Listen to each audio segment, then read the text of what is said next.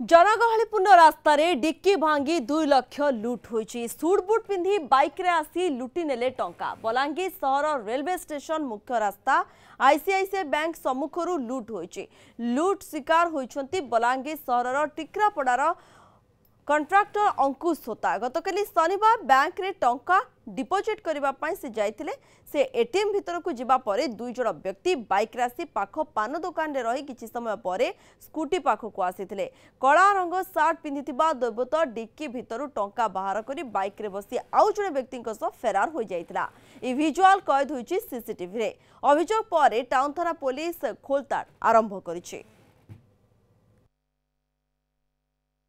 main branch पैसा withdraw करा लगे पैसा विड्रो कलापर पार्टी पेमेंट कली आ लेबर पेमेंट लगी आईसीआईसी सीडीएम मेसीन जेनटा अच्छे टिकरापड़ा से डिपोजिट कर तो से डिपोजिट कला टाइम किसी पैसा मोर डिग्री काढ़ी स्कूटी आ बाकी पैसा डिग्री एका जो एटीएम भितर गली पछाड़ू दुईटा लोक बैक आसिक डिक्की भांगिक मोर बाकी यहाँ पैसा पाखापाखि 2 लाख ऊपर चुरेकी नहीं पलैच किराना होलसेलर दुकान देचन फोन कली सी आसे सीसीटीवी कैमेरा जो देखलु आम कनफर्म नहीं पैसा दिलक आसिक डिक्री नहीं कैमेरा जना पड़ी दाबी करेंगे आज थाना लिखित अभियोग देचे